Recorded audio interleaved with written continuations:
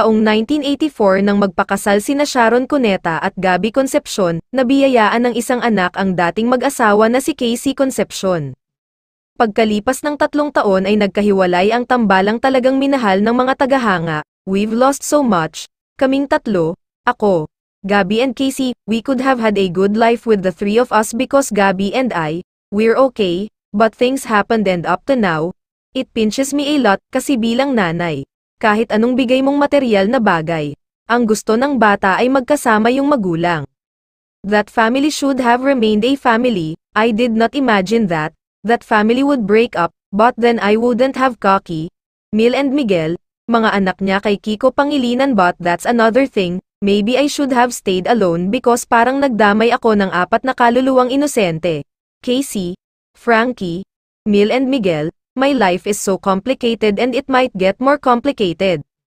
I just wish for my children whom I love more than life itself, I just wish I didn't have to drag them into my very complicated existence." Emosyonal na pahayag ni Sharon sa amin sa Fast Talk with Boy Abunda. Aminado ang aktres na nagkakaroon ng hindi pagkakaunawaan paminsan-minsan sa kanyang pamilya.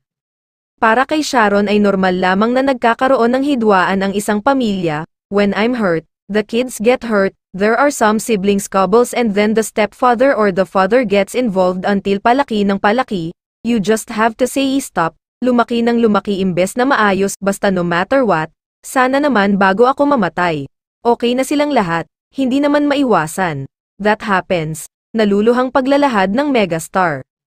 Ayon pa kay Sharon, hindi raw siya excited ngayong Pasko, in fact, "I am skipang Christmas dahil di umano sa pressure, kumikilos na raw siya para mabuhay at I don't like having that switch to look and seem happy when really, I am not." Consistent ang usapan na hiwalay na talaga di umano sila ni Kiko, in fact, hindi na raw sila nagsasama sa iisang bubong, at matagal-tagal na, pero wala namang nagkukumpirma sa kanila. Mahaba ang huling post ni Ate Shawi at maraming nalungkot.